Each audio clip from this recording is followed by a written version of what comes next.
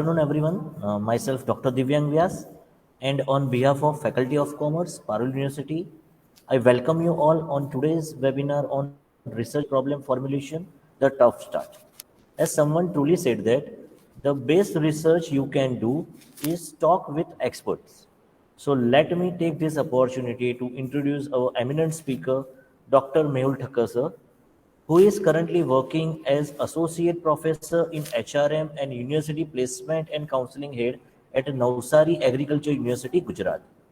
Talking about Mehul Sir's academic excellence, Sir secured 12 gold medals. I repeat, 12 gold medals, and he is 12 state, 21 national, and 12 international award winner trainer. Mehul sir is personally conducted 1100 plus training program and contributed to 550 plus organizations. Sir also cleared UGC NET examination and GSET examination in 4 different subjects. Sir has 20 plus years of experience in the field of academics. When it's to publication, Sir has 95 plus publications in reputed international and national journal. Mehul sir recently received Best Placement Head National Award 2021. If I continue with Mehul sir's brief introduction, I think I will consume this entire 1 hour. So let me stop here. And once again, on behalf of entire Parul University, I welcome you, sir. And I now request Mehul sir to take the charge of this webinar. Welcome, sir.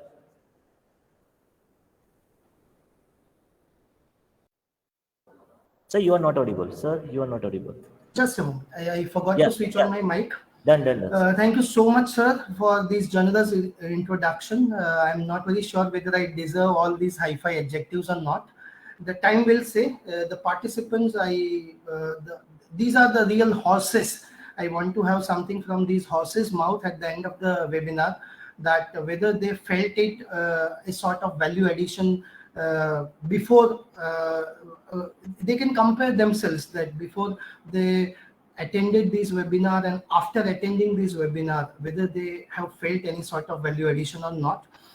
Without sparing much time for this brief background, let me just share my presentation through which I need to connect to you. Let me just...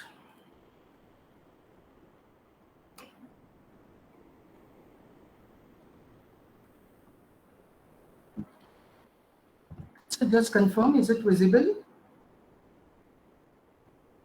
Divyang sir, is it visible? Yes, sir, visible. Okay, great. Friends, wishing you all a very warm, live and vibrant good afternoon. You must have come back from your delicious lunch, and now it's time to sense. See, you must have filled your taste buds with delicious lunch, but now it's time to fill your mind and intellect with a very important topic which is of current concern. I will elaborate on this statement also, why I feel that this is an important topic and why it is of current concern. I will talk about these in the later slides. But in the beginning itself, I wish to thank wholeheartedly this entire team led by Dr. Divyang sir, the leading faculty member of Faculty of Commerce, Parul Institute of Commerce, one of the leading and fastly growing private university setup located in the cultural capital of our own state, that is Vadodara. I had been to this amazing setup of Parul University number of times, more than 15 times. I have visited this worthy university for delivering sessions when everything was normal. But as we all are aware that in the last 1.5 or 2 years, we have been interacting with each other quite often through these online platforms.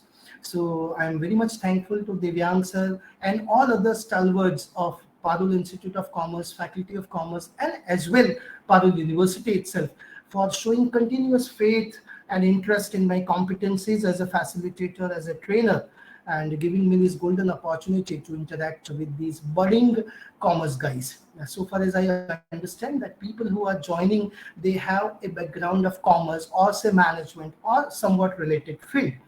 So with these, you must see, you must have noticed that on the title slide itself, just below the topic, I have mentioned something called 50 and Fabulous. Now, what it means, I'm not indicating my age, friends. I have many more years to reach to this 50 years mark. But 50 and Fabulous is a milestone which I have achieved in last 1.5 years. This is my 50th webinar which I am conducting. Before Corona, before this COVID-19 pandemic hit, I was not conducting any online programs. I was all the time preferring to go personally and mesmerize the participants with my sparkling presence in the training program. But due to this COVID-19 pandemic, है ना, कई लोग ये कहते हैं कि भाई COVID-19 से नुकसान ही हुआ है, but I have a blessings in disguise. क्यों? क्योंकि मुझे ये ऑनलाइन प्लेटफॉर्म पहले भी थे, बट मैं इतना यूज नहीं करता था और कई सारे तो समझ में भी नहीं आते थे. But then in this COVID-19 pandemic, for the first ever time, a very nearby institute to your place, that is Bavaria Institute of Pharmacy, invited me to conduct the first ever EFDP, organized in association with Gujarat Technological University during the COVID-19 period last year, and the journey began. And in a very short span of time, I am conducting today the 50th online session. Otherwise, I have conducted more than 1,100, more than 1,000 sessions so far. So with this, let me continue with the presentation. As you see, I belong to Navsari Agricultural University's Management Department. I'm a core HRD professional, having 14 different, you can say, degrees or accomplishments. 4 are in science domain, 5 in commerce, and 5 in arts. Next year, whenever I would interact with any of the fellow of Parul University, I would proudly tell them that I have 15 degrees because I am pursuing one more right now. So I am also a student just like you, sailing in the same boat. तो मुझे ये मत समझ के treat करो कि यार कोई एक्सपर्ट ढूंढ लाए हैं, वो बड़ी बड़ी बातें करेगा. I am just amongst you. I am one of you, and I would love to share whatever I could understand during my last 20 years of postgraduate teaching experience. I have been teaching MBA students at the and PhD in management students since last 20 years. It has been a long time. I started my career way back with SR Luthra Institute of Management at Surat, moved to Narmada College of Management, Bharuch, then Maliba campus, which is now Wuka Tertiary University. I spent a healthy period of 7 more years at that place. And since last 10 years, I am an asset of Navsari Agricultural University. The topic of today's interaction is research problem formulation, the tough start. It's a starting point of your research journey, and it's a tough one. Why? See, every word which I'm using on slide, or every word which I'm delivering is worth it. Why? Because I will elaborate on. I do not spend my time in speaking any word which is irrelevant to the topic. Let me continue. I wholeheartedly thank once again Parul University for giving me this opportunity. I had been your preferred trainer in normal situations, but for the first ever time, Divyang sir showed faith in me, and I'm here on this online platform. Let me continue. So, wishing you all a very good morning. Now, you must be surprised that earlier he was telling good afternoon, and this slide also indicates that it's already 1:38 in the afternoon, and still he is saying good morning. Yes, my dear friend, जागने की जरूरत है. दिन का कोई भी समय हो अभी, मगर मेरा जो सेशन है वो आपको रिसर्च डोमेन में जगाने का काम करेगा. That's why I tell you good morning, and with this, I'm pretty sure that you are not a victim of these famous syndrome or disease which is widespread across the globe. What I mean to say, the disease is Monday morning syndrome, and unfortunately we are also meeting on Monday. आप देखिए इनके expressions देखिए, है ना. Friday, Saturday, they are very happy. Even Sunday, happiest one. But Sunday जैसे जैसे शाम गुजरती है, रात होने लगती है, फिर एक बार टेंस हो जाते हैं, और Monday morning तो बड़े ही खूंखार मूड में होते हैं ये. I hope everybody follows Hindi and English both. Divyang sir, is it right? Yes, sir. They are comfortable Great, with great, the great. location. So Monday, you don't want to turn up to your workplace, which is a popularly known as Monday morning syndrome, or you can say Monday blues. If you want to be a sounding success in whatever domain you venture in future in your career, I request everyone to keep themselves muted unless and until they have something worth sharing. So on Monday morning, you are not in a mood to accept anything. And normally on why I am referring to this, because research or career management is a long-term process. You can be either TGIM or OGIM.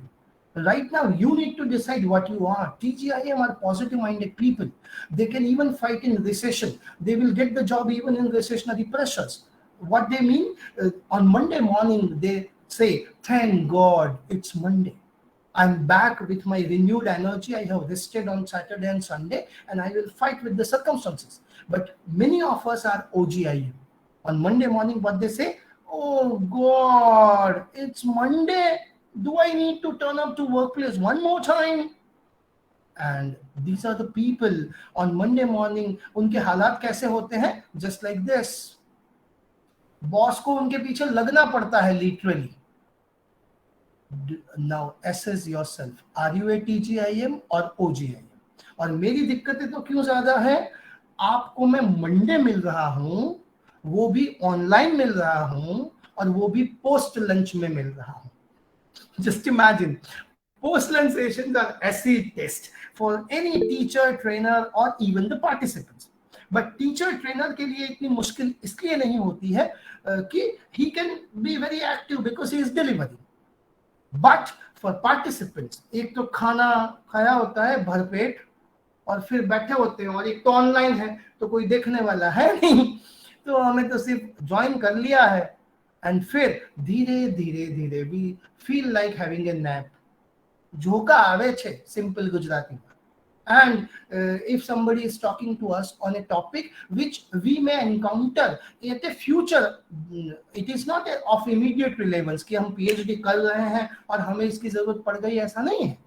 So you need to show that firm determination from within, that today I am going to learn something new. And see, when you venture into your career, let me tell you friends, since last 2 years I have never been to my home. I have never been idle on a Saturday and Sunday on weekends.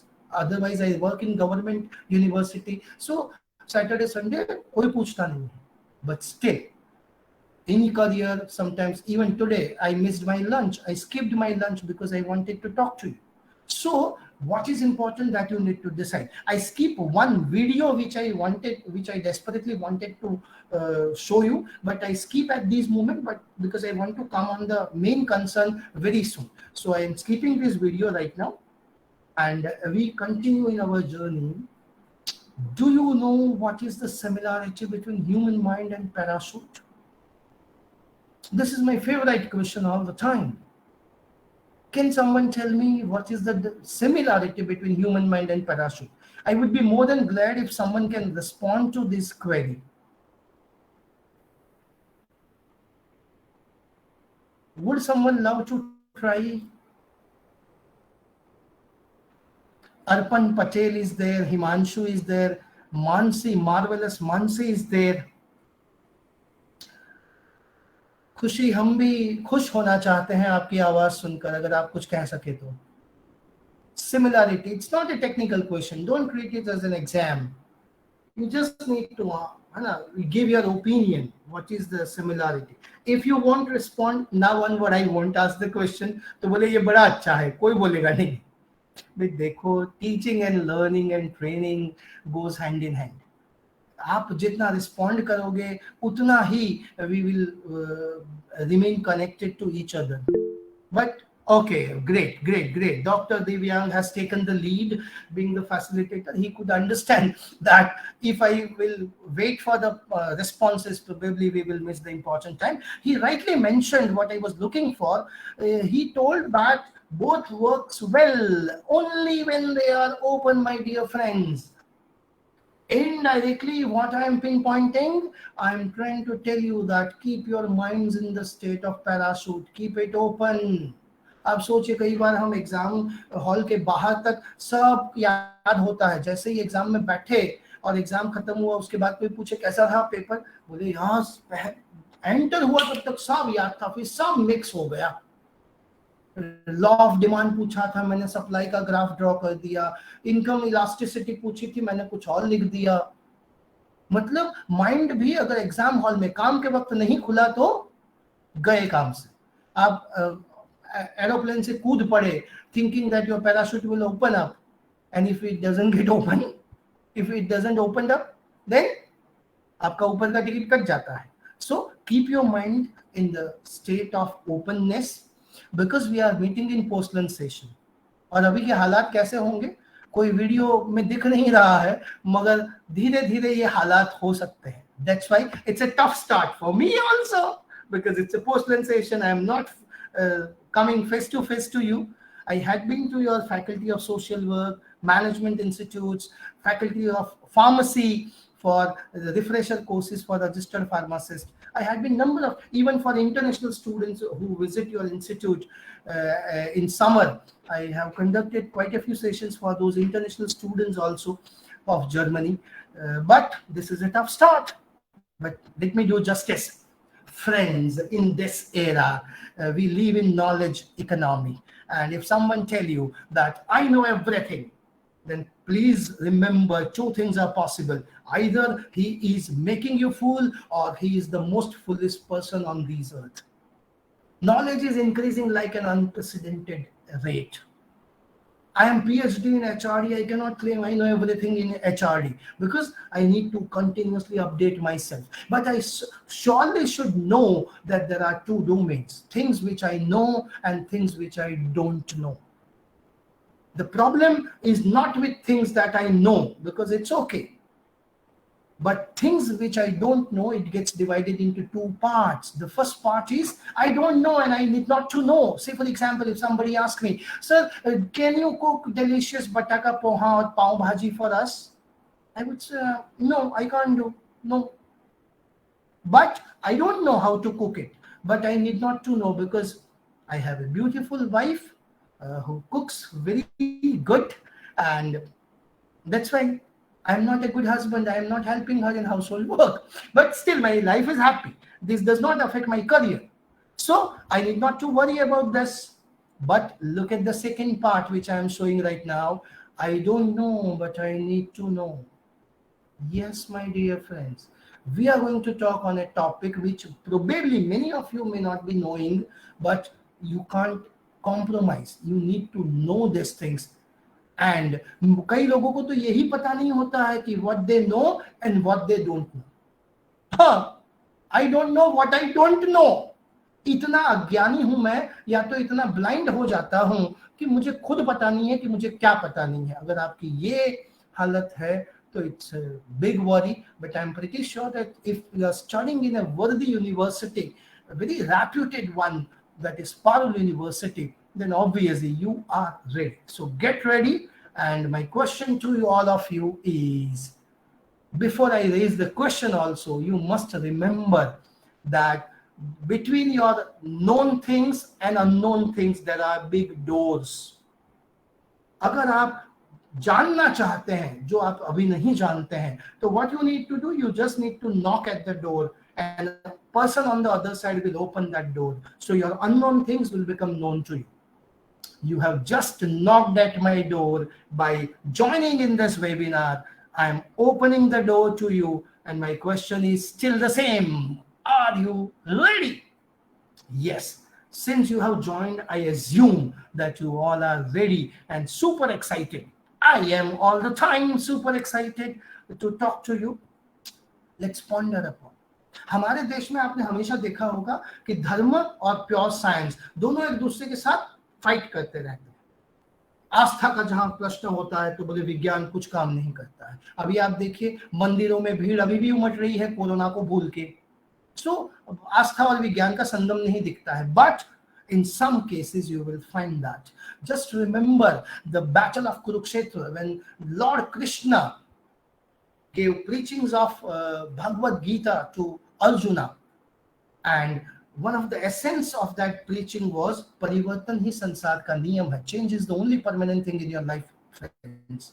Whether you wish to have it or not, whether you like it or not, but you will have to accept it. The same thing, if I come to science, Charles Darwin's theory of biological evolution, उत्क्रांतिवाद जिसको हम कहते हैं, school में हम बहुत पढ़ के आए हैं, तो वो भी यही कहता था कि प्रकृति में जो कुछ श्रेष्ठ है वही टिकेगा, बाकी नाश हो जाएगा. मतलब सर्वाइवल ऑफ द फिटेस्ट. और हम तो डिजिटल युग में है, तो survival of the fittest and the fastest. तो धर्म और विज्ञान दोनों ही एक ही तरफ इशारा कर रहे हैं कि परिवर्तन ही संसार का नियम है, उससे एडेप्ट करो. अगर आज के माहौल में, I want to take you to the corridors of Bollywood.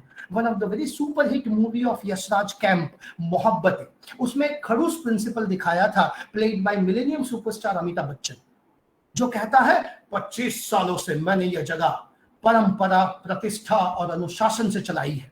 यहां से निकाले गए तो दुनिया का कोई गुरुकुल आपको प्रवेश नहीं देगा.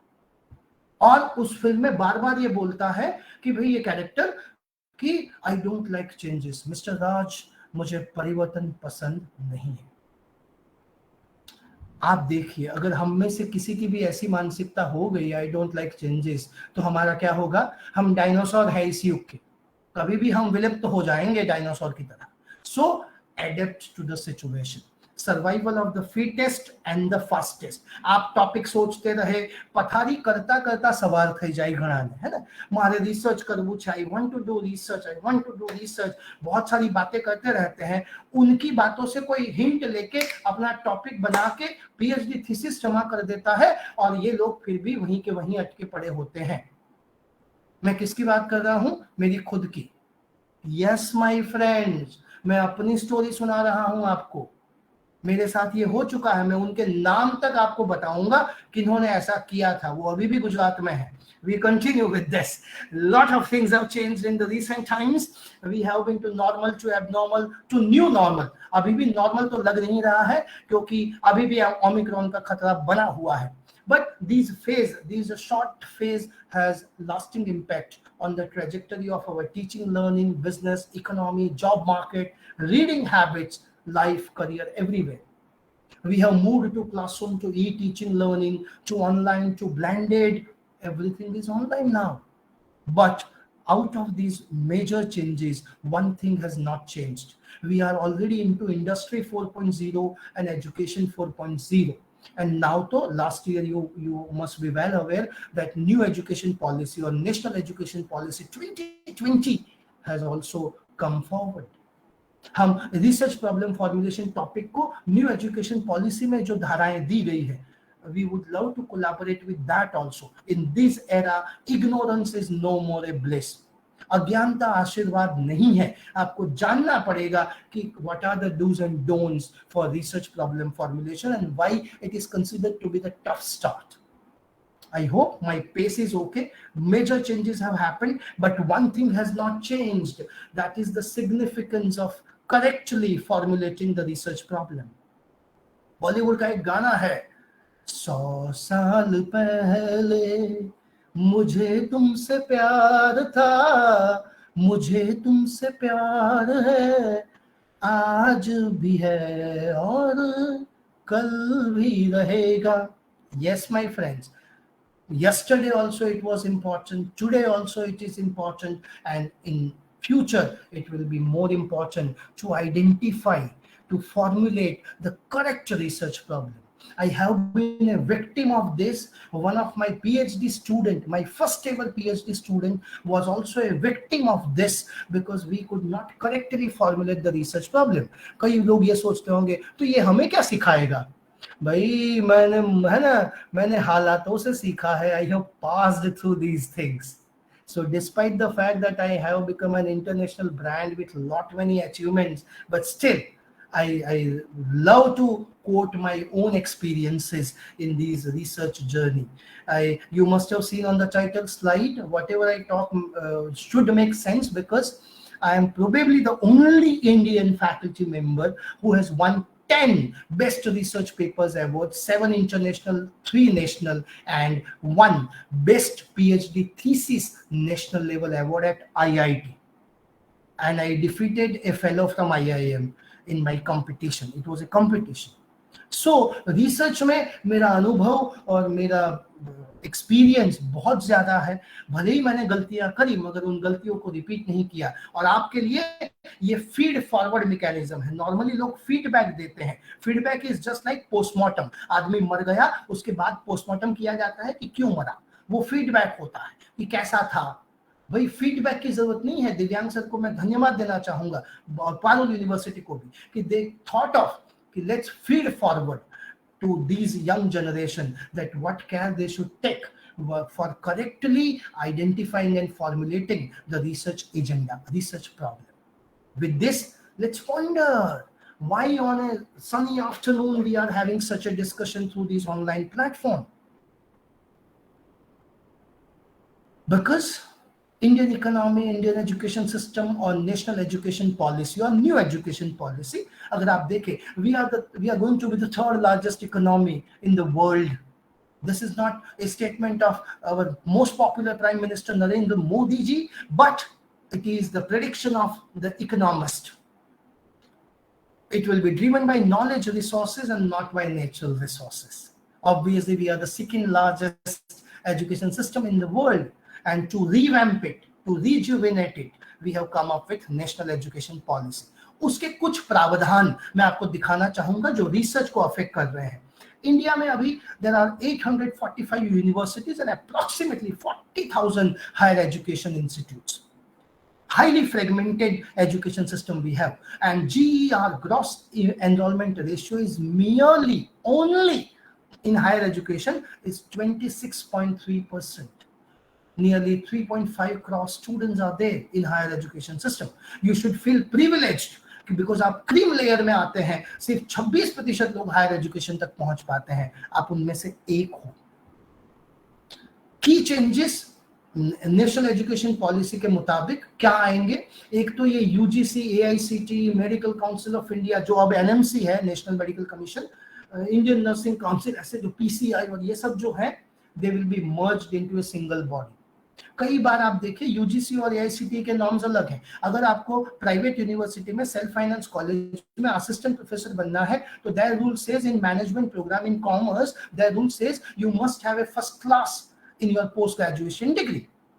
यूजीसी, अगर आपको गवर्नमेंट यूनिवर्सिटी में आना है तो दे से you must have secured 55% which is not first class. अब आप देखिए, सरकारी यूनिवर्सिटी कहती है 55% वाले चलेंगे. एआईसीटी की एमबीए कॉलेज कहती है कि भाई हमें फर्स्ट क्लास चाहिए. तो ये एनोमलीज चली जाएगी because higher education commission of India will take over. Then accreditation के लिए भी काफी सारी बॉडीज हैं, NAAC, NAB, national accreditation board, ये सब निकल जाएगा. एक नेशनल एक्रेडिटेशन काउंसिल बनेगा. सबसे बड़ी बात, नेशनल रिसर्च फाउंडेशन इसके तहत आएगा, जिसके तहत फंडिंग दी जाएगी बहुत ल्यूक्रेटिव यूनिवर्सिटीज और कॉलेजेस को. दो खतरे, एक अपॉर्चुनिटी, एक थ्रेट. नीचे दो लाइनों में 100 top Indian universities will be encourage to operate in foreign countries. एक अपॉर्चुनिटी है हमारी अच्छी यूनिवर्सिटीज के लिए, मगर सामने खतरा क्या है? 100 top foreign universities will be facilitated to operate in India. Just imagine, Parul के ठीक सामने सुमनदीप विद्यापीठ और पारुल के बीच हार्वर्ड यूनिवर्सिटी का कैंपस खुल चुका है. मान लीजिए कल को क्या होगा? We will have to raise our standards, and this is a sincere effort for that from Faculty of Commerce, Institute of Commerce, Parul. Research and internship will be included in UG level also, my dear friend. अभी BCom, BBA वाले क्या सोचते हैं कि भाई ये तो MBA वाले, MCom वाले प्रोजेक्ट, रिसर्च, ये क्वेश्चनियर, इन सब की बातें करे, हमारे हूँ लेवा देवा. नो, न्यू एजुकेशन पॉलिसी कहता है UG लेवल पे भी वो दाखिल होगा. जो आपकी टीचिंग पेडागोजी है उस पे भी सिर्फ कम्युनिकेशन, प्रेजेंटेशन, डिस्कशन, डिबेट नहीं होगा. रिसर्च, एनालिसिस, इंटरडिसिप्लिनरी थिंकिंग भी होगा. रिसर्च और इनोवेशन पे सबको फोकस करना पड़ेगा. स्टार्टअप इंक्यूबेशन सेंटर्स बना के technology development centers, centers in frontier areas of research, center for industry academic linkage, and interdisciplinary research centers including humanities and social sciences, जिस डिसिप्लिन को मैं आप सब बिलोंग करते हैं.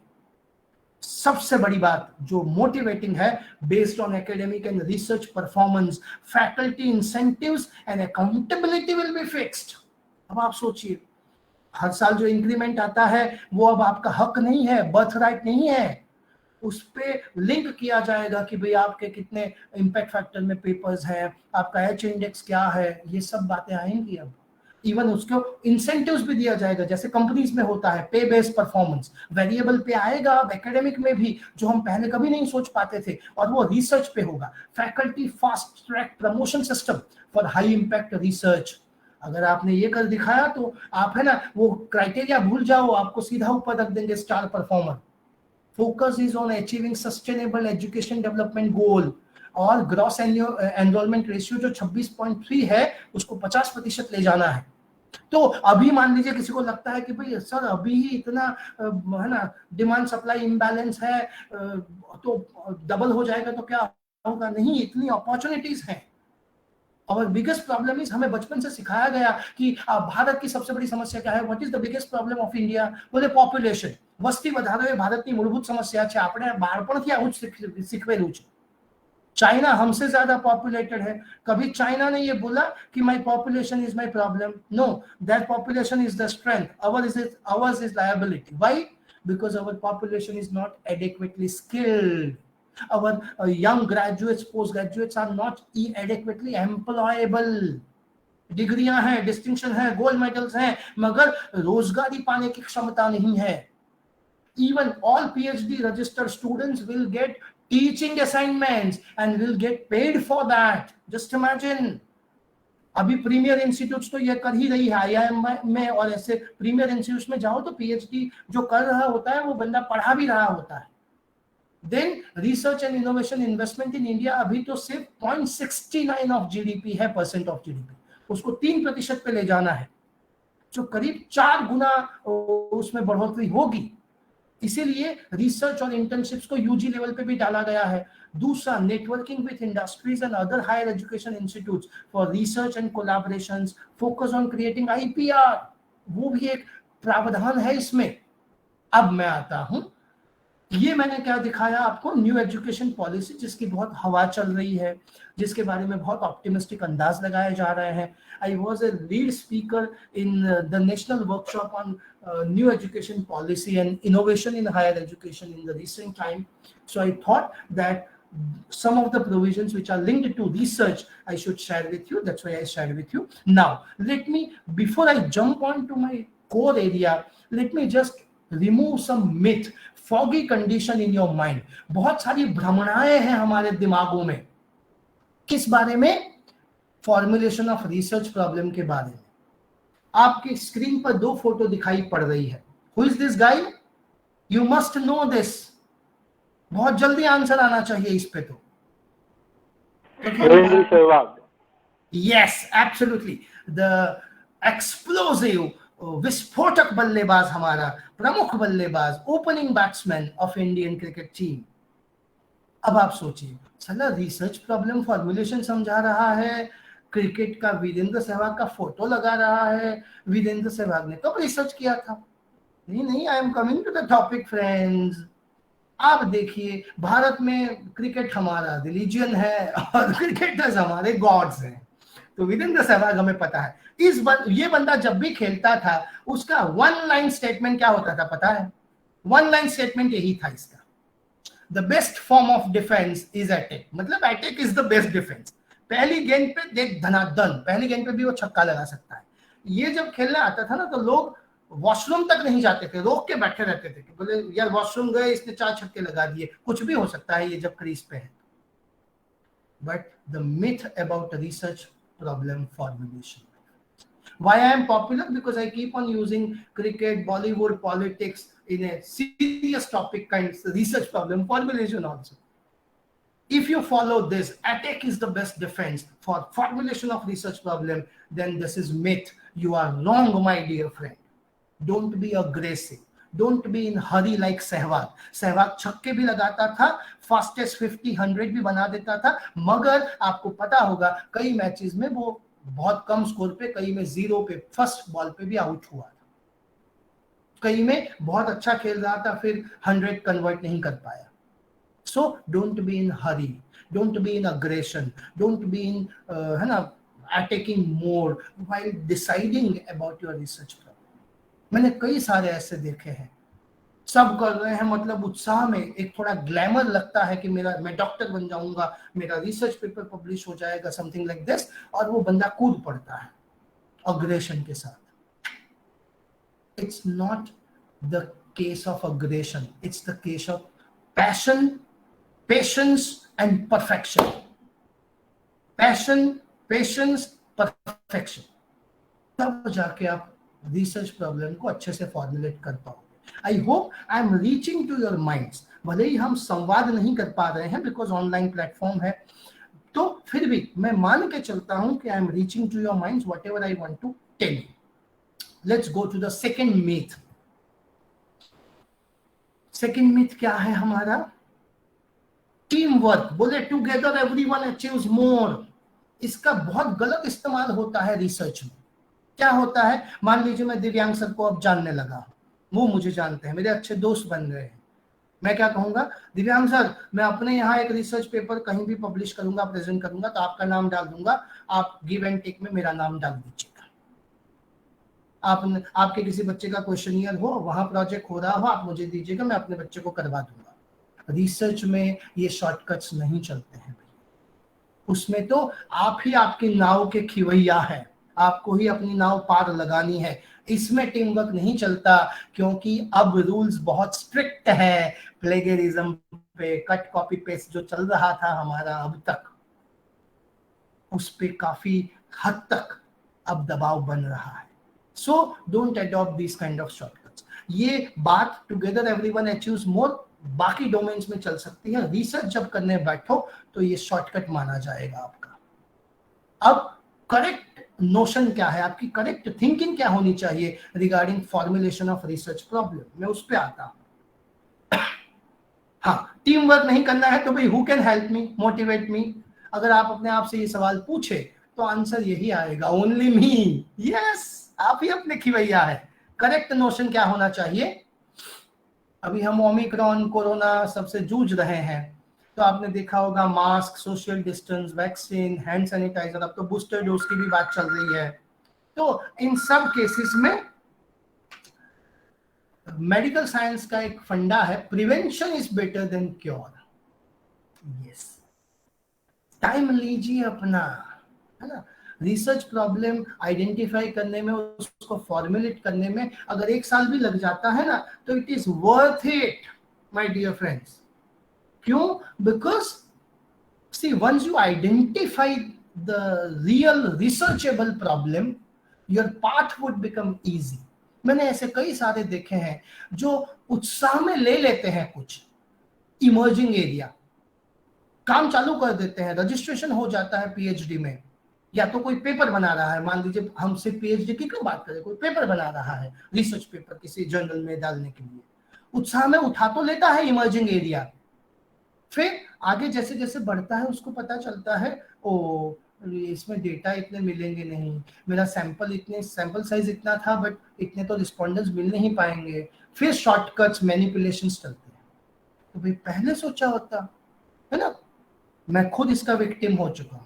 मैंने जिन एमबीए बच्चों को पढ़ाया, वैसे 4 स्टूडेंट पीएचडी हो गए, वो मेरी ही कॉलेज में मालीबा कैंपस में मेरे कलीग बन गए। आप सोचिए, तभी तक मेरा पीएचडी में रजिस्ट्रेशन तक नहीं हुआ था, मेरे स्टूडेंट पीएचडी हो गए। वो डॉक्टर लगा के घूम रहे थे और उसको पढ़ाने वाला वो मेरे ही साथ, मेरी कॉलेज में। कितना मानसिक दबाव था, psychological pressure. But I was pretty sure कि I will not do research only for the sake of adding doctor to my name as a prefix. I will do something worth which will stand out even for 50 years, even after I die. मैंने time लिया, फिर भी गलती क्या करी, शुरू में फिर दबाव बढ़ा ना, दबाव में आप कई बार टूट जाते हैं। दबाव बढ़ा, तो मैंने भी उत्साह में उठा लिया, तब बात चल रही थी, मैं बात कर रहा हूँ 2009-10 की। तो टैलेंट मैनेजमेंट बड़ी बातें हो रही थी मेरे डोमेन एचआर में, तो मैंने उठा लिया टैलेंट मैनेजमेंट मेरा टॉपिक होगा। वंडरफुल, गाइड से मिला, सब चलने लगा आगे। 8-10 महीने उस पे माथा पच्ची करने के बाद आई कुड अंडरस्टैंड कि इस पे डेटा नहीं मिलेंगे, या तो मैन्युपुलेटेड डेटा मिलेंगे। मैं कंपनी, मुझे टैलेंट मैनेजमेंट किसी इंडस्ट्री में टैलेंट मैनेजमेंट प्रैक्टिसेस, इनसे फार्मा इंडस्ट्री और से इन सम इंडस्ट्री दैट इंडस्ट्री, यही करना पड़ेगा मुझे। रिस्पॉन्सेस किसने लेने पड़ेंगे, एम्प्लॉइज से या एचआर गाइस से। कौन कहेगा कि हमारे यहाँ नहीं हो रहा है, सब अच्छा अच्छा दिखाएंगे। दूसरा, एचआर हेड्स को एक संस्थान में जाके डेटा लेना मतलब it's a very Herculean task, आप 10 साल भी बिता सकते हैं इसमें। तो फिर 8-10 महीने की माथापच्ची के बाद पता चला कि भाई ये वर्थ नहीं होगा। मैंने टॉपिक चेंज करा, prevention is better than cure. अगर मैंने इसी टॉपिक पर रजिस्टर करा लिया होता तो फंस जाता। फिर सब स्टैंडर्ड वर्क, सी रजिस्टर हुआ है तो फिर कभी ना कभी तो हो जाता मैं डॉक्टरेट, बट सब स्टैंडर्ड वर्क होता। मुझे जो बेस्ट पीएचडी थीसिस अवार्ड मिला है नेशनल लेवल पे, वो नहीं मिलता। इंटरनेशनल लेवल पे भी मैं टॉप 2 में था, हालांकि I could not win, but top 2 में तो पहुंच गया था। सो मेडिकल साइंस में जो कहा जाता है prevention is better than cure, corona और ओमिक्रॉन में भी यही है, बड़ौदा में भी काफी केसेस आ रहे हैं, आप भी संभलिएगा, मैं तो संभल ही रहा हूं। हम आगे बढ़ते हैं। प्रिवेंशन और क्योर इसलिए भी जरूरी है, ये उसी का स्लाइड है, तो आगे बढ़ते हैं। एक करेक्ट नोशन ये भी होना चाहिए, first step is important friends. वामन लगने वाला छोटा सा स्टेप फिर विराट बन जाता है। आपको हमारी सांस्कृतिक धरोहर पता होगी, वामन और विराट वाली कहानी, इसलिए मैं उसमें बहुत जाता नहीं हूं। Journey of 1000 miles begins with a small single step, and that step should be very correct one, तो ही आप आगे की जर्नी अच्छे से कर पाएंगे। इसलिए बहुत जरूरी है, even though it is tough, even though it is the starting point, you must take enough precautions. अब रिसर्च प्रॉब्लम मतलब क्या? आप बोलोगे सर सबको पता होता है, नाम से पता चल रहा है। भाई साहब ये मत सोचिए, ये अंधा कानून मत चलाइए। मैं आपको आगे इसी के बारे में बताऊंगा। ऑपरेशनल डेफिनेशन बहुत जरूरी होता है रिसर्च। रिसर्च प्रॉब्लम का मतलब क्या होता है? It is actually the very first step of your research process. आप पीएचडी कर रहे हैं या पेपर बना रहे हैं या कोई रिसर्च प्रोजेक्ट कर रहे हैं, कुछ भी कर रहे हैं, या तो आप अपना स्टडी प्रोजेक्ट कर रहे हैं, मान लीजिए एमबीए, बीबीए, एमकॉम, बीकॉम में अगर कोई प्रोजेक्ट आता है वो, and it is the base pillar of your research study. So you must spend time, enough deep thinking should go into research problem. Diagnosis is more important than cure. Obviously आप doctor के पास जाते हैं तो doctor के पास आप पहुंच गए, case base निकलवा के अंदर गए, डॉक्टर आपको पहला सवाल क्या करता है नॉर्मली? ये पूछता है कल का मैच देखा, ये पूछता है नई फिल्म 83 देखी, क्या पूछता है? શું થાય છે? What you are suffering from? मान लीजिए आपने वहां कह दिया डॉक्टर तू है कि मैं हूं, 400 रुपया लिया है केस फी, मुझे पता होना चाहिए मुझे क्या हो रहा है, तो क्या आपका डिसीज क्योर होगा? वो आपसे सारी जानकारियां लेगा, सब पूछेगा, रिलेवेंट क्वेश्चंस भी, कल क्या खाया था, कितने दिनों से हो रहा है, कुछ दवाइयां ली है, कोई एलर्जी है, सब पूछेगा। और जब मान लीजिए उसको जरा भी शक हो, श्योर ना हो, तो वो आपको लैब टेस्ट के लिए भी रेकमेंड करेगा। उसके बाद डायग्नोसिस करेगा कि क्या हुआ है, उसके बाद दवाई देता है। तो research problem means questions that researchers want to answer, or any assumption or any hypothesis or any theory that we want to challenge or investigate. Say for example, Maslow का नीड हायरार्की थियरी है। वो कहते हैं कि भाई people first look out for their basic needs, then safety need, then social need, then esteem need and then actualization needs. आपको ये theory सालों से मान लीजिए पता है, आपको लगता लगता है ये थियरी भारत में लागू और तो वो भी व्हाइट कॉलर जो क्लास 1 क्लास 2 ऑफिसर्स हैं कैडर के, उन पे लागू नहीं होता है. So you want to challenge this theory, you can have a research on this. Relevance of Maslow's need hierarchy theory to management professionals in contemporary era. This is a very good title, I must tell you friends. आधुनिक युग में management के professionals पे ये theory कितनी हद तक fit बैठती है, ये मेरा रिसर्च है. यस, लॉ ऑफ डिमांड सालों से पढ़ रहे हैं, ऑलिगोपोली मार्केट सालों से पढ़ रहे हैं हम इकोनॉमिक्स में. उस पे हमें मान लीजिए जो सिखाया जाता है उस पे हमें कोई क्वेश्चंस है कि पहले ऐसा होता था, अब ऐसा शायद नहीं है. आमतौर पे ये मान जाता है कि है ना, लोग जो 50 प्लस होते हैं वो लोग सेफ सोर्सेज में इन्वेस्ट करते हैं, फाइनेंस वाले, मतलब FD, then post saving schemes, PF, और उनमें ही पैसा डालते हैं लोग, है ना, शेयर मार्केट में. ये हमारा आम परसेप्शन है, ये माना जाता है. हम उसको चैलेंज करना चाहते हैं कि भाई ऐसा नहीं है. Now risk taking ability has improved, people are more aspirant to make good money because their lifestyle has changed. So ऐसे चीजें रिसर्च प्रॉब्लम बन सकती है. Then very important, all questions that come to your mind cannot become a research problem, my dear friends. The process of transferring questions into a research problem is not easy at all. है ना, बहुत साल पहले आपने सुना होगा, ये इश्क नहीं आसान, बस इतना समझ लीजिए, एक आग का दरिया है और डूब कर जाना है. मैं इश्क की जगह रिसर्च रख देता हूँ. ये रिसर्च नहीं आसान, बस इतना समझ लीजिए, एक आग का दरिया है और डूब के जाना है. सो रिसर्च प्रॉब्लम क्या है ये पता लग गया. तो अब सबसे बड़ा सवाल या तो consideration, super 6 key considerations that you should think cautiously before formulating the research problem. Very first, see, ये रैंकिंग जो दी गई है ना, वो भी इंपॉर्टेंस के आधार पे इन ऑर्डर ऑफ इंपॉर्टेंस दी गई है. First is interest. मान लीजिए मुझे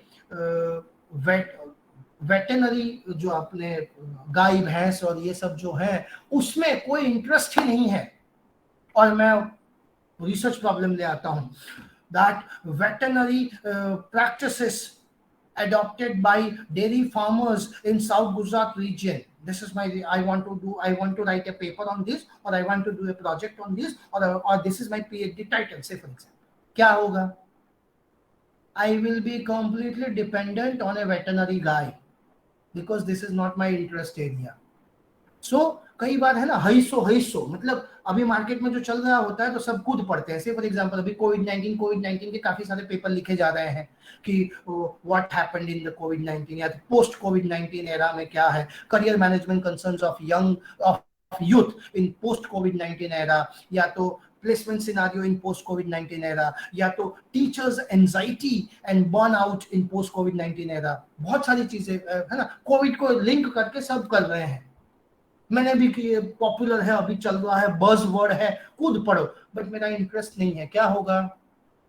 बहुत जल्दी मुझे बंद करना पड़ेगा, या तो है ना, मैं कंप्लीट ही नहीं कर पाऊंगा. सो जिसमें आपका जेन्युइन इंटरेस्ट है, जो अंदर से आवाज आती है, उस पे जाइए. Second, measurement. How will you measure? Topic तो आप उठा लेते हो, फिर आप तब नहीं सोचते हो कि भाई इस टॉपिक के लिए मुझे ये सारी चीजें मेजर करनी पड़ेगी, और मैं वो मेजर कैसे करूंगा? Because what is measured that will be counted. Getting my point or not? So it has to be measurable thing. Then relevance, usefulness. आप है ना, मैं इस पे तो मेरे पीएचडी स्टूडेंट्स को और जगह जगह पे टीचर्स को भी डांटता रहता. कई बार है ना, टॉपिक ओवरडन टॉपिक उठा लेते हैं. आप देखिए हर यूनिवर्सिटी से लाखों रिसर्चर एक टॉपिक ले लेते हैं, जॉब सेटिस्फैक्शन, या तो मोटिवेशन, या तो stress level of employees, teachers, students, फिर बदलता रहता है. बट जॉब सेटिस्फेक्शन मोटिवेशन पे इतना काम हो चुका है भाई साहब कि आप कुछ भी करो उसमें, वो ओवरडन टॉपिक है, उसकी रिलेवेंस भले लगती है बट इतना वो नोवेल आइडिया नहीं है। रिलेवेंस, यूजफुलनेस, क्या आपका रिसर्च पेपर, क्या आपका थीसिस लाइब्रेरी की शान बढ़ाएगा, डस्टबिन में जाएगा कि धूल चढ़ेगी उस पे, कि क्या उसकी आपकी सजेशंस रिकमेंडेशंस जो आउटकम है वो इंप्लीमेंट होंगे। मुझे जो बेस्ट पीएचडी थीसिस मिला है उसमें मेरी 18 रिकमेंडेशंस में से 16 रिकमेंडेशंस इंप्लीमेंट हुई है। मैं उस पर भी बात करूंगा, आपको लाइव एग्जांपल दूंगा। So relevance of your research matters a lot. सिर्फ करने के लिए ना करें कि मेरे नाम के आगे पेपर, मैंने इतने पेपर पब्लिश किए हैं वो जुड़ जाएगा, या तो मेरा डॉक्टरेट हो जाएगा। You should feel pride of your research, magnitude. See, you can not cover everything under the sun. You will have to set the boundary. कितना बड़ा रिसर्च करोगे? Say for example, if I want to do communication skills of management students, I want to do a study on this, or communication skills or personality typology of management students, ये title है मेरा। अब इसमें कितना सारा लोचा है। पहले तो मैनेजमेंट स्टूडेंट्स मतलब कौन?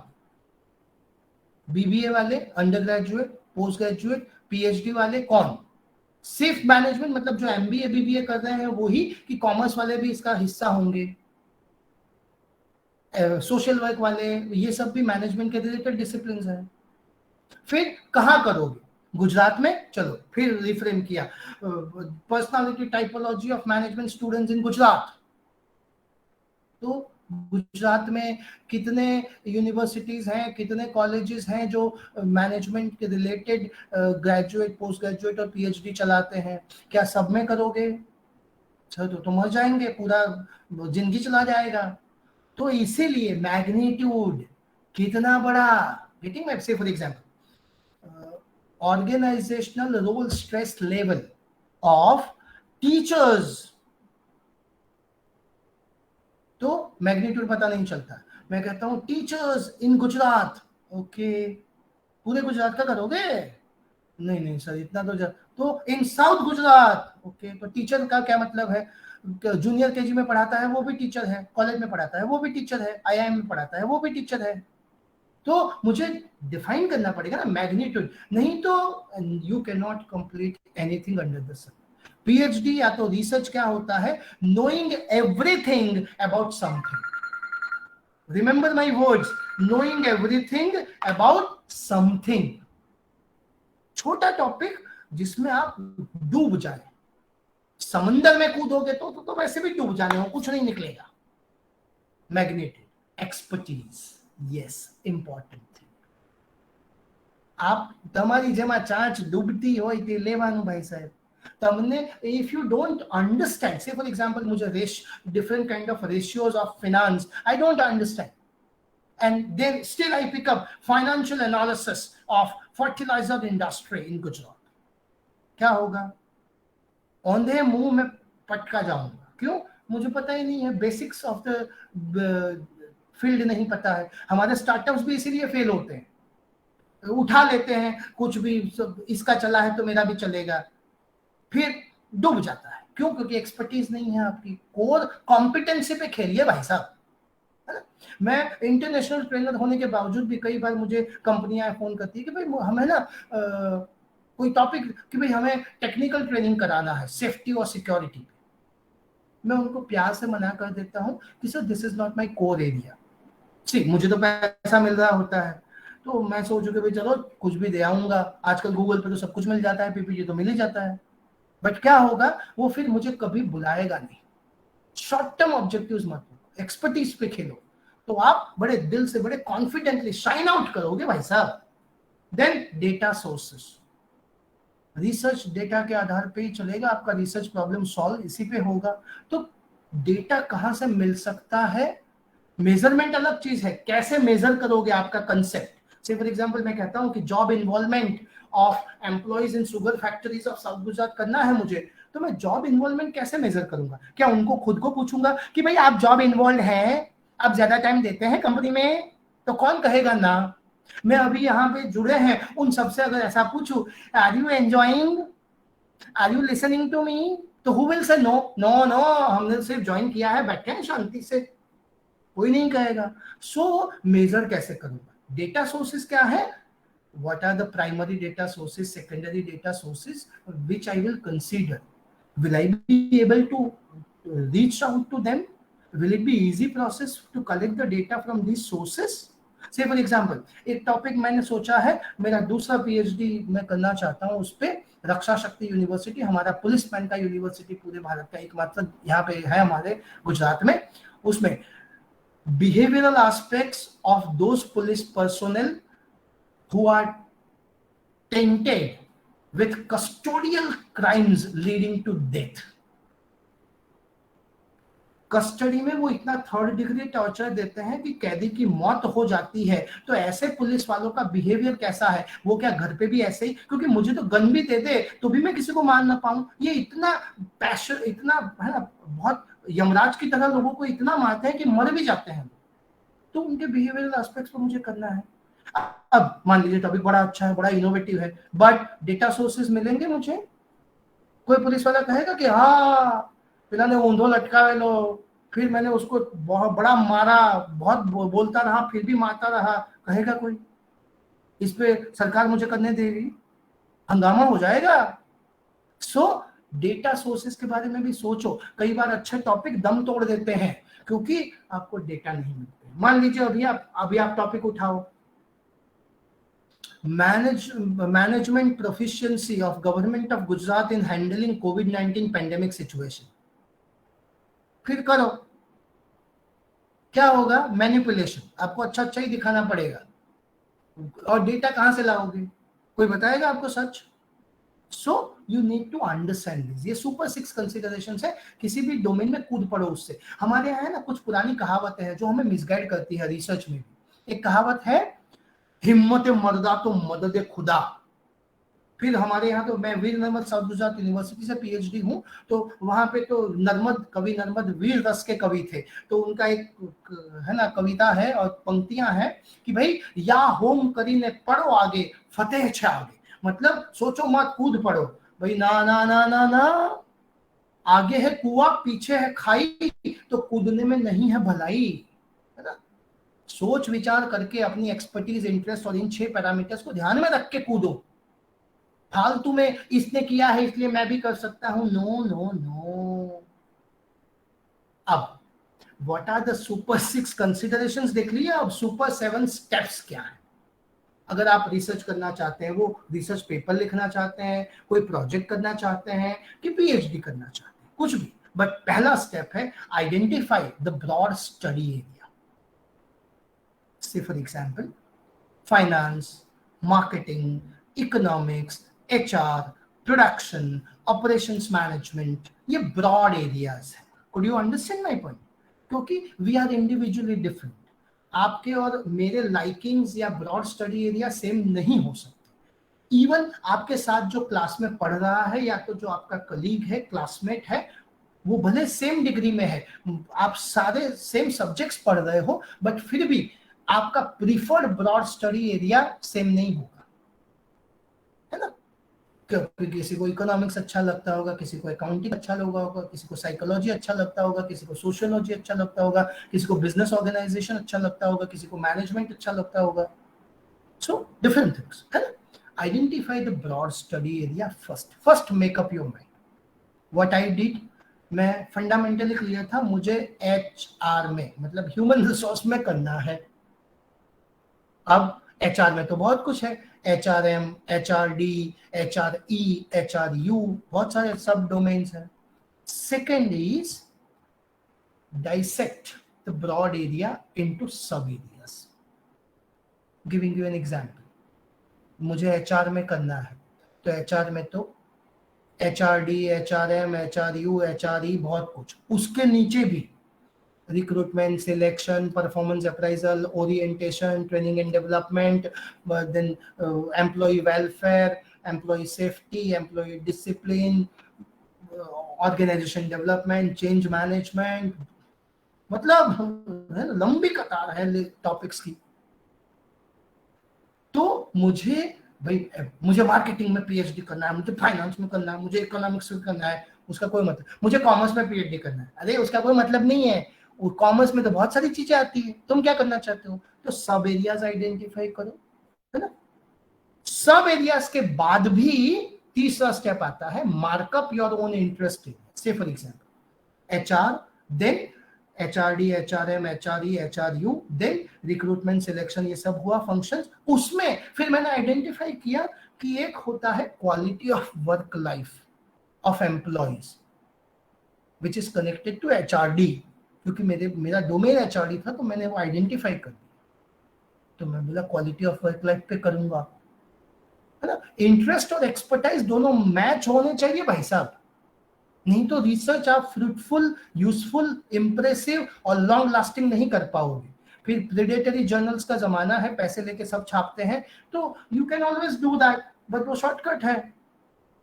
एक बार ये 3 स्टेप्स फॉलो हो गए, चौथा स्टेप, डेवलप रिसर्च क्वेश्चंस। शब्द क्या है? रिसर्चेबल क्वेश्चंस, है ना। कि भाई व्हाट, से for example if I want to do research on investment behavior of youth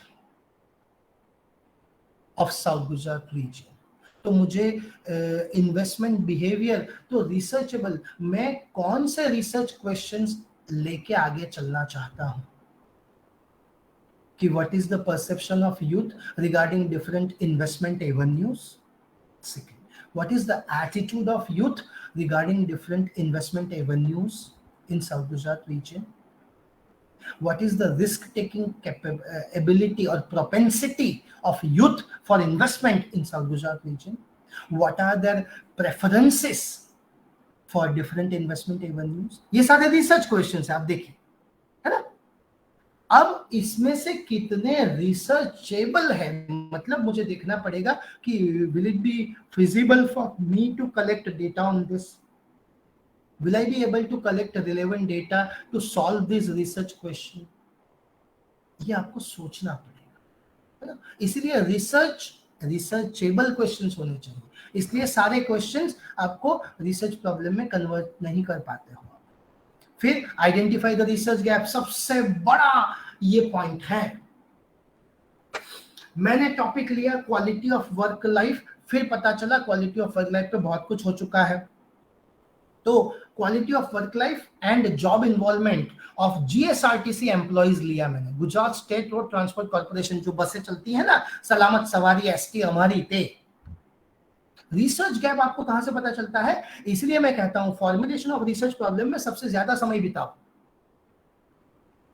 ये कैसा है, लड़की देखने जाओ ना तो उसमें काफी रिसर्च करो, 10-12 लड़कियां देखने जाओ, इवन लड़की भी जब लड़का देखे उनकी फैमिली के बारे में बहुत इंफॉर्मेशन कलेक्ट करो, सोशल मीडिया से कलेक्ट करो। कई लोग तो जासूस भी रोकते हैं इंफॉर्मेशन कलेक्ट करने के लिए, क्यों?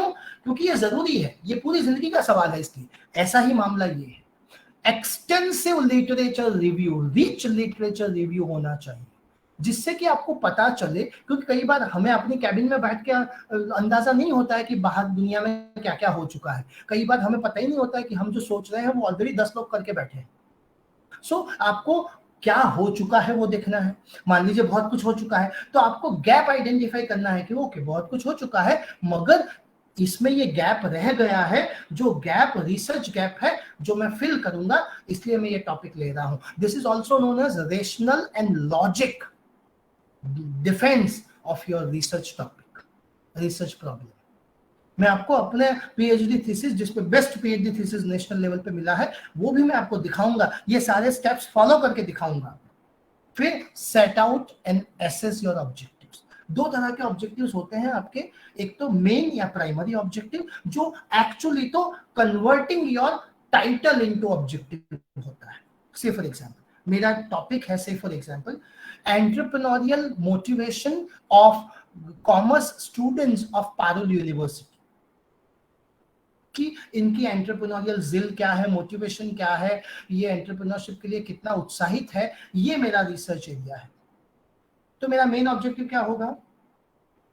To analyze the entrepreneurial motivation of commerce students of Parul University.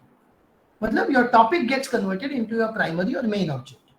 But मैं सीधा एंटरप्रेन्योरियल मोटिवेशन थोड़ी जान पाऊंगा. सो सब ऑब्जेक्टिव्स और secondary objectives which are actually the route, the path, the steps through which you will achieve your primary objective.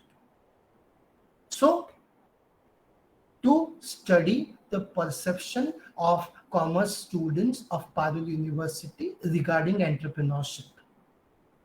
Second, to have opinions of commerce students of Parul University regarding merits and demerits of entrepreneurship. Third, to study the attitude of commerce students of Parul University. Then है ना, these are सब objective जिससे लेकर मुझे motivation पता चलेगा. Then to identify the problems, if any, being faced by commerce students of Parul University in taking entrepreneurial ventures. फिर to seek their suggestions, students respondents से suggestion लूंगा for developing a strategy to promote entrepreneurial behavior among the commerce students of Parul University.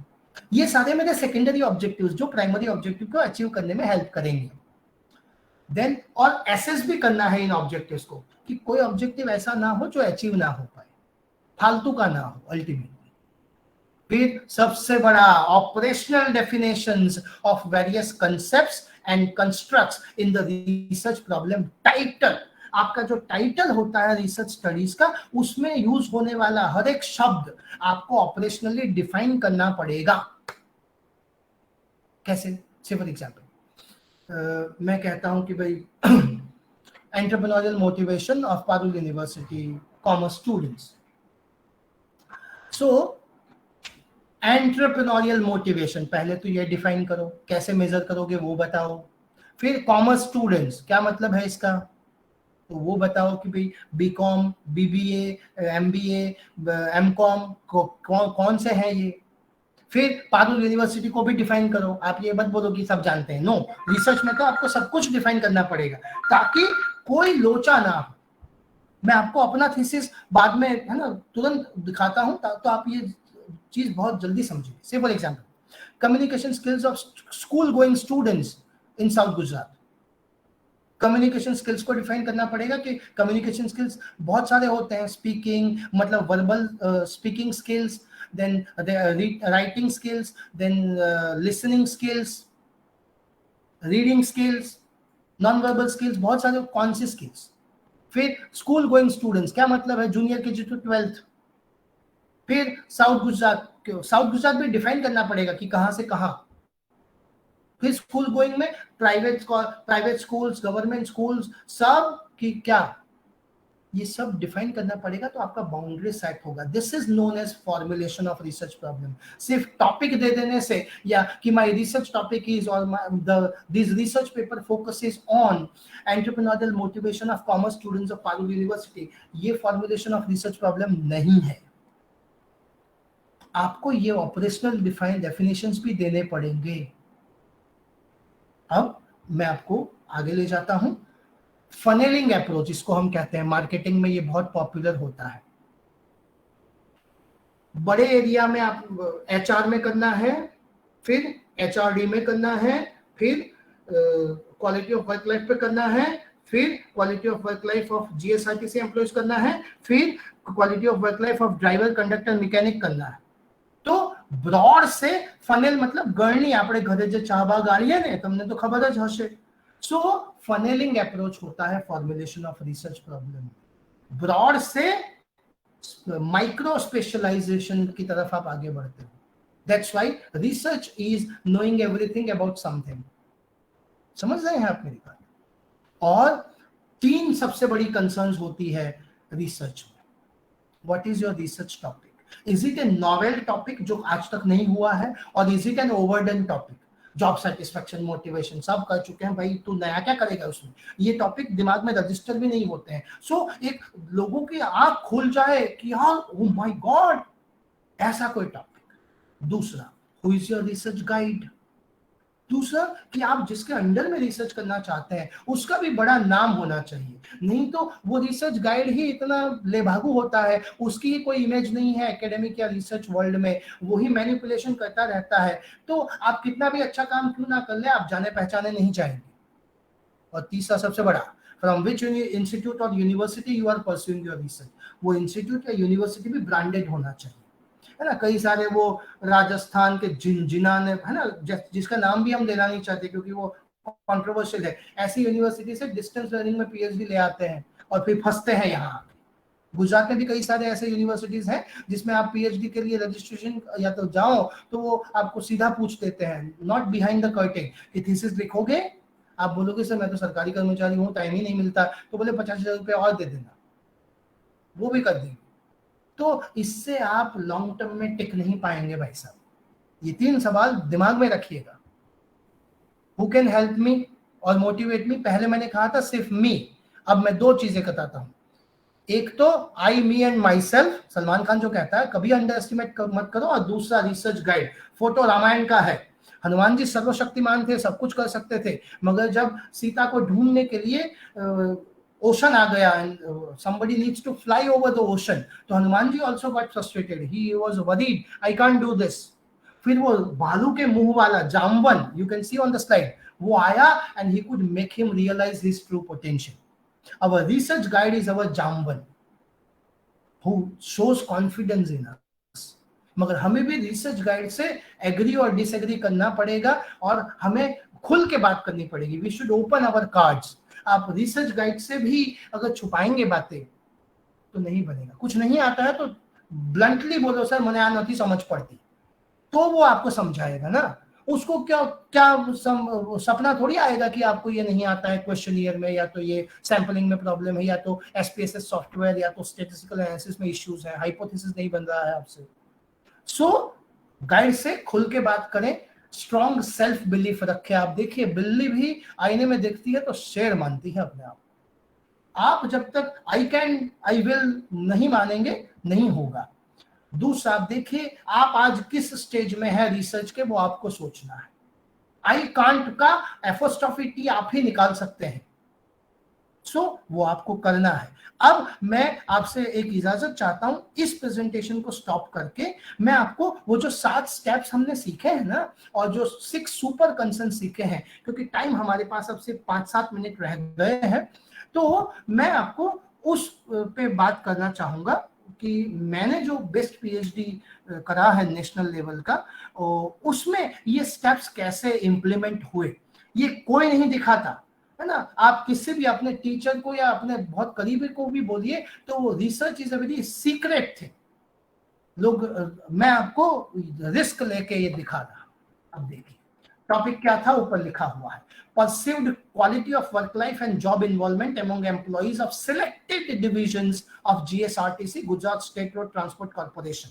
Factsheet क्या है, मैंने doctor Kiran Pandya, दोस्त time professor and head department of HRD at Veer Narmad south Gujarat university हुआ करते थे। अभी वो आपके जो बाबरिया में नया यूनिवर्सिटी, बाबरिया कैंपस का जो नया यूनिवर्सिटी है केपीजीयू, उनके प्रोवोस्ट है, मतलब इन ए सेंस वाइस चांसलर है। 2.5 साल में मैंने ये कंप्लीट कर दिया। अब मैं जो आपको दिखाना चाहता हूं, खास करके जो हमने बात करी उस पर मैं सीधा आ जाता हूं। रिसर्च गैप, आप देखिए मैंने रिसर्च गैप पे बात करी थी। Based on extensive literature review, मैंने 742 रिसर्च पेपर्स और आर्टिकल्स को रिव्यू किया आईआईएम की लाइब्रेरी में, यहाँ नवसारी से अहमदाबाद जा जाके ये सब किया, और क्या आइडेंटिफाई किया। Many researchers have studied the concept of quality of work life and job involvement separately in different industries, but mostly in foreign में हुआ है। दूसरा, most of these studies the focus is on high level employees. Studies highlighting the opinions of people working at lower levels are rare. फिर identify किया, very few studies have focused on QWL among employees of transportation industry, and the studies focusing on the relationship between perceived QWL and job involvement are rare. और last में winning statement, None of these studies have been in any of the state transport undertakings of India. Bharat के state transport undertaking, हमारा GSRTC भी state transport undertaking है, तो ऐसा study पहले कभी नहीं हुआ था। ऑपरेशनल डेफिनेशन की बात करूं, quality of work life, QWL क्या है वो समझाया मैंने, कैसे मेजर करूंगा वो समझाया, फिर जॉब इन्वॉल्वमेंट क्या है उसको कैसे मेजर करूंगा वो कहा, फिर एम्प्लॉइज का क्या मतलब है, तो भाई जीएसआरटीसी के परमानेंट ऑन पेरोल एम्प्लॉइज की बात कर रहा हूं, जो एडहॉक कॉन्ट्रैक्चुअल है उनको नहीं गिनूंगा। दूसरा, जीएसआरटीसी में 6 लेवल्स हैं एम्प्लॉइज के, मैं किन की बात कर रहा हूं, तो बोले ड्राइवर, कंडक्टर और मैकेनिक स्टाफ पे ही मैं स्टडी करूंगा। उसका भी लॉजिक है, 87% of total staff is driver, conductor, mechanic, और उन पे ही रेवेन्यू मॉडल डिपेंड करता है, क्योंकि यही डायरेक्ट कस्टमर के कांटेक्ट में आते हैं। सिलेक्टेड डिविजन्स का क्या मतलब है, जीएसआरटीसी के 11 लार्ज डिविजन्स हैं और 5 स्मॉल डिविजन्स हैं, तो इनमें से मैं एक लार्ज, एक स्मॉल डिवीजन और उसके तहत आने वाले 16 डेपोस को स्टडी करूंगा, उनके ड्राइवर, कंडक्टर और मैकेनिक स्टाफ को। जीएसआरटीसी क्या है वो भी समझाना पड़ेगा। This is called operational definition of your research problem. ये प्राइमरी ऑब्जेक्टिव, सेकेंडरी ऑब्जेक्टिव बहुत सारे हो सकते हैं एज यू कैन सी, और फिर आता है रिसर्च डिजाइन। तो ये बात है जो मैं आपको बताना चाहता था फॉर्मुलेशन ऑफ रिसर्च प्रॉब्लम में। अपने आप से पॉजिटिव बातें करते रहिए, आई कैन आई विल होगा तो ही। आज भी अगर आप इस वेबिनार में आए होंगे ये सोच के कि यार एक बड़ा अंतरराष्ट्रीय स्तर का स्पीकर दिव्यांग सर ढूंढ लाए हैं, देखते हैं चलो आज तो कुछ मिलेगा, तो मिला ही होगा। अगर आप ये सोच के आए चलो दोपहर को भी परेशान कर रहे हैं, चलो ज्वाइन हो जाते हैं फिर सो जाते हैं, तो कुछ नहीं मिलेगा। दूसरा, मैंने पहले इसी स्लाइड को क्रिटिसाइज किया था रिसर्च में, मगर एक बार प्रॉब्लम फॉर्मुलेट हो जाए फिर आपको दूसरों की मदद लेनी पड़ेगी। कई बार आपको कुछ गलत नहीं है इसमें, इंफीरियर मत फील करिए। अगर आपको स्टैटिस्टिक्स में कुछ टेस्टिंग नहीं आता है तो किसी की मदद लेनी चाहिए, उसमें कोई गलत नहीं है ना। दूसरा, सब कुछ डॉक्यूमेंटेड होना चाहिए, क्योंकि हम है ना शुरू में बहुत उत्साह दिखाते हैं, we are extraordinary planners but below ordinary executors और इम्प्लीमेंटर्स। उत्साह में कूद तो जाते हैं फिर कंप्लीट नहीं होता है। मैं मालीबा कैंपस में जहां पढ़ाता था वहां मेरे सीनियर कलीग 7 साल में पीएचडी हुए थे, मैं 2.5 साल में हुआ। तो रोड बनाने में अगर टाइम लगाओगे ना तो फिर गाड़ी भागेगी आपकी उस रोड पे, मगर रोड बनाने में टाइम नहीं बिताया फिर गाड़ी चलाई तो गड्ढे आएंगे, बम्पर आएगा, पंचर हो जाएगा गाड़ी। तो पथारी કરવામાં टाइम કાઢો, પણ એવું ના એટલો બધો પણ ના કાઢો કે સવાર પડી જાય, સુવાનું તો છે ને તમારે। So always remember, as teachers or researchers we are responsible, accountable for our society, nation and future generations as well। Mahabharat में दुर्योधन को किसी ने पूछा कि भाई धर्म क्या है, तुम्हें पता नहीं है, ये तुम कर रहे हो वो अधर्म है। तो दुर्योधन का ये स्टेटमेंट था, जानामि धर्मम नचमे प्रवृत्ति ही, जानामि अधर्मम नचमे है निवृत्ति। धर्म क्या है मैं जानता हूं, मगर ये मैं उसमें धर्म में आचरण नहीं कर पा रहा हूं, और अधर्म क्या है वो भी जानता हूं मगर मैं उससे हाथ नहीं खींच सकता। प्लेगरिज्म, कट कॉपी पेस्ट, किसको नहीं पता है कि ये गलत है, फिर भी लोग करते हैं। You must believe that quality research is possible and values are caught rather than taught। कल को आप गाइड बनेंगे, अगर आप ही कॉपी पेस्ट कर रहे हैं तो आप लोगों को क्या सिखाएंगे। मैं आपको प्रधानमंत्री का एक स्टेटमेंट दिखाता हूं इसी के मामले में, वीडियो है, आप ऑडियो आप तक पहुंचेगा ये मान के चलता हूं। लेट अस सी। और कल से महाभारत की चर्चा हो रही है तो मैं कहना चाहता हूं, एक बार दुर्योधन को पूछा गया कि भाई ये धर्म और अधर्म, सत्य और झूठ तुमको समझ है कि नहीं है? तो दुर्योधन ने जवाब दिया, उसने कहा जानामि धर्मम नचमे प्रवृत्ति, मैं धर्म को जानता हूं लेकिन मेरी प्रवृत्ति नहीं है, सत्य क्या है मुझे मालूम है। आप समझ सकते हैं, आवाज आप तक पहुंची होगी ये मान के चला मैं, क्योंकि टाइम कम था। इस स्लाइड को भी हम स्किप करते हैं। तो हमारे बीच नहीं है जीवित, मगर हमारे दिलो दिमाग पर हमेशा जीवित रहेंगे। भूतपूर्व नहीं कहा जा सकता, अभूतपूर्व राष्ट्रपति मिसाइल मैन अब्दुल कलाम जी कह के गए, difficulties in your life, in your research do not come to destroy you, but to help you realize your hidden potential and power. मैंने जीएसआरटीसी पे जब रिसर्च चालू किया, पहले बड़े उत्साह में कि पूरे राज्य में जाऊंगा, फिर पता चला कि यार ये तो एक डेपो में ड्राइवर कंडक्टर से क्वेश्चन भरवाने में नाक में दम आ रहा है। फिर सिलेक्टेड डिविजन्स, तो वो सिलेक्ट किस आधार पे हो, ऐसा नहीं कि मैं साउथ गुजरात में रहता हूं तो साउथ गुजरात के 2 डिवीजन ले लूंगा। लॉजिक होना चाहिए तो ही टिकेगा रिसर्च। तो उसके लिए लार्ज और small division, profit making and loss making division चाहिए था। तो उसके लिए मुझे एनुअल रिपोर्ट्स चाहिए, और वो भी सिर्फ 1-2 साल के नहीं, 10-15 साल के, ताकि मैं प्रूव कर पाऊं। जीएसआरटीसी गया, उनके एमडी से मिला, आईएएस ऑफिसर से मिला, निकाल दिया उन्होंने मुझे। गाइड का लेटर लेके गया, निकाल दिया उन्होंने मुझे। 6 महीना घूमते रहे, डेटा नहीं मिला, स्टार्ट ही नहीं हुआ। बोलो, फिर मैंने जीएसआरटीसी ड्राइवर कंडक्टर और मैकेनिक स्टाफ को डेपो जाके ट्रेनिंग फ्री में देना चालू किया। जीएसआरटीसी को फील कराया कि मैं आपके भले के लिए कुछ कर रहा हूं। फिर उसी आईएएस ऑफिसर्स ने चीफ स्टैटिस्टिशियन ऑफिसर को बोला कि इनको जो डेटा चाहिए कॉन्फिडेंशियल हो तो भी दिया जाए, और मुझे 13 साल के एनुअल रिपोर्ट्स मिले, जिसके आधार पे मैंने एनालिसिस करके प्रूव कर दिया कि ये लॉस मेकिंग है, ये प्रॉफिट मेकिंग है। और नडियाड डिवीजन 11 डेपो के साथ और भरूच डिवीजन 5 डेपो के साथ मैंने रिसर्च किया, जो बेस्ट पीएचडी थीसिस अवार्ड भी मिला। जब मैं ये सब कर रहा था तो 2 रिसर्चर्स ने गुजरात में ही, मैंने 16 डेपो लेकर 13 साल के एनुअल रिपोर्ट स्टडी करके, फिर 2 डिवीजन सिलेक्ट करके 400 ड्राइवर कंडक्टर मैकेनिक स्टाफ का सर्वे करके 16 डेपो में सब क्वालिटी ऑफ वर्क लाइफ और जॉब इन्वॉल्वमेंट दोनों करके ये किया। मेरे पहले 2 लोगों ने जीएसआरटीसी के 5 साल के एनुअल रिपोर्ट स्टडी करके पीएचडी हो गए। मैंने 13 साल का डेटा तो एनुअल रिपोर्ट स्टडी किया सिर्फ टॉपिक फ्रेम करने के लिए। जस्ट इमेजिन, वो दोनों मेरे कॉम्पिटिटर थे। जब मैं यहाँ सेंट्रल गवर्नमेंट इंस्टीट्यूट में जहाँ से अभी मैं बात कर रहा हूँ, वहां पे जॉब के लिए वो दोनों भी कंपटीशन में थे, एप्लीकेंट्स थे। इसका सिलेक्शन हुआ, मेरा। क्यों? शॉर्टकट्स डू नॉट पे यू रिच रिवॉर्ड्स। तो मुझे भी तकलीफें आई, मैं 3-4 वीडियो और भी हैं, बट अब रुकता हूँ। वूका वर्ल्ड कहा जाता है, volatility, uncertainty, complexity and ambiguity से भरा पड़ा है। हम विजन के साथ आगे चले, अंडरस्टैंडिंग से चले, क्लैरिटी के साथ चले और एजिलिटी के साथ चले, तो वूका वर्ल्ड को हम फेस कर पाएंगे अपने वूका से। रॉबर्ट फ्रॉस्ट की बहुत अच्छी पंक्तियां हैं, woods are dark and deep but I have promises to keep and miles to go before I sleep, miles to go before I sleep. इसीलिए मैं कहता हूं कि शॉर्टकट्स मत रखें। माना कि अंधेरा घना है, मगर दीपक जलाना कहाँ मना है।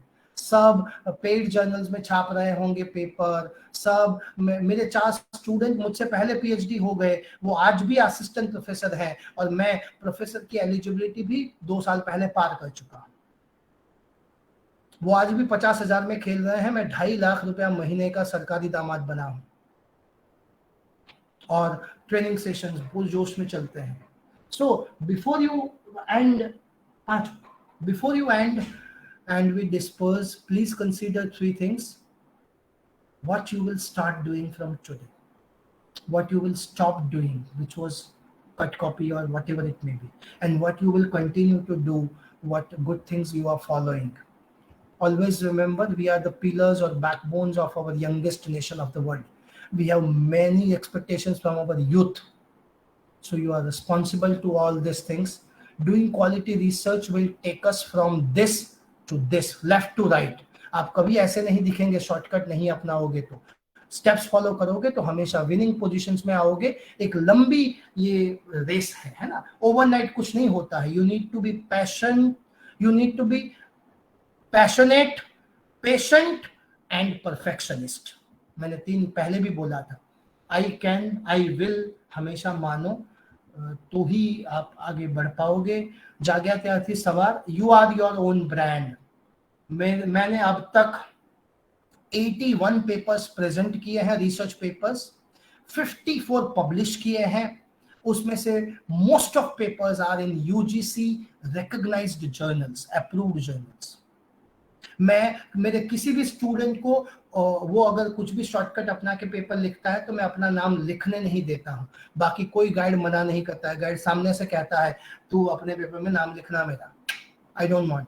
मेरे सारे पेपर का मैं प्रिंसिपल ऑथर हूँ, मैंने कोई गिव एंड टेक नहीं किया है। I am my own brand, so you should also be your own brand. Alarm बजने से पहले जागो। दिल्ली में एक वाइस चांसलर को सजा हुई कॉपी पेस्ट में, और प्लेगरिज्म में आपकी जॉब तक जा सकती है in future. So do not adopt shortcuts. दो आज पढ़ शुरुआत करिए।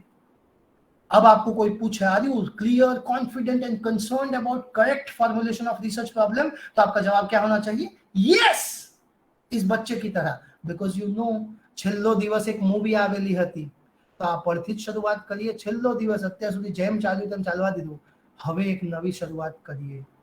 Develop that eyesight to do quality research. ये मेरी आखिरी अच्छी आई हुई फोटो है जो मेरे पुराने कॉलेज मालीबा कैंपस का तरसाड़ी यूनिवर्सिटी में लास्ट दिन खींची गई थी। मैं उसका फाउंडर फैकल्टी रहा और काफी हमने वहां झंडे गाड़े, मगर ये लास्ट उसके बाद अच्छी फोटो नहीं आती है हमारी। तो थैंक यू सो मच। 4 पंक्तियां कह के ही दम लूंगा, विराम लूंगा।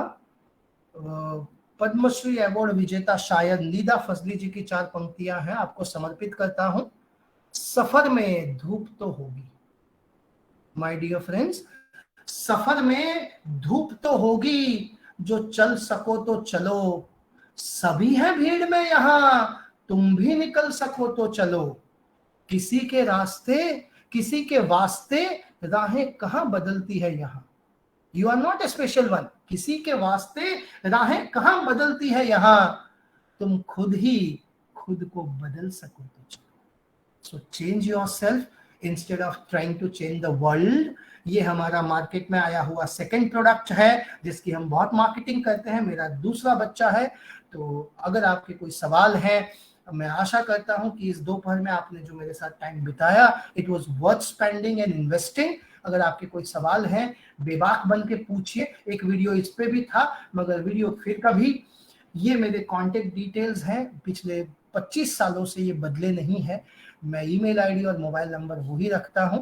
तो thank you so much and once again big thank you to Divyang sir, all other faculty members and all the stalwarts of Parul University for their faith in my competencies, and a big thank you to all the passionate and patient listeners, क्योंकि उनके बगैर ये कार्यक्रम अधूरा था।